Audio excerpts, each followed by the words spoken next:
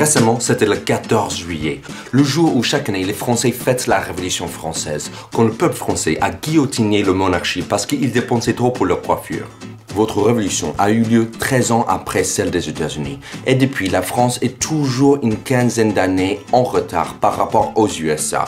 Uber, Netflix, terrorisme. Après les attentats à Nice, j'avais beaucoup d'amis américains qui m'ont contacté pour savoir si j'allais bien. J'habite à Paris. Ça montre à quel point les Américains ne savent pas du tout où se situent les villes françaises. Après chaque attentat, mon frère m'appelle. C'est le seul moment de l'année que je parle avec lui. Et c'était mon anniversaire récemment. J'avais même une ex qui m'a contacté pour savoir si j'allais bien. Bon, elle était un peu déçue par la réponse, mais bon. En tant qu'Américain en France, j'ai l'impression de voir tout en replay.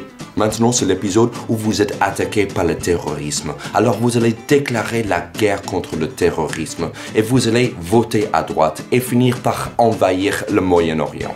J'ai déjà vu cet épisode. Dans l'épisode suivant, au nom de la sécurité de l'État, le gouvernement pourra s'immiscer la vie privée de ses citoyens et justifier le contrôle au faciès. Spoiler alert, à la fin de la saison, vos politiciens vont finir par avoir la peau orange et proposer de construire un mur pour garder les immigrés dehors.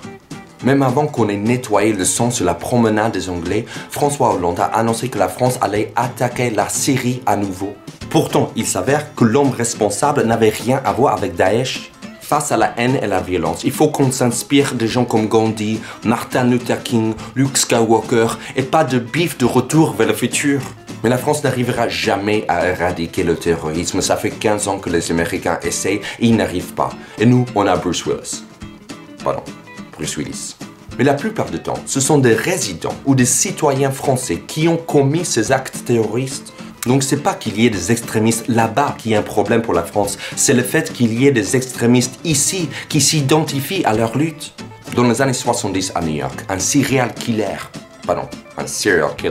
qui s'appelait le fils de Sam, a tué plein de gens parce que selon lui, son chien lui avait demandé de le faire. Il faut pas attaquer le chien, mais la maladie mentale dans notre cerveau. Alors comment éliminer le désespoir en France ?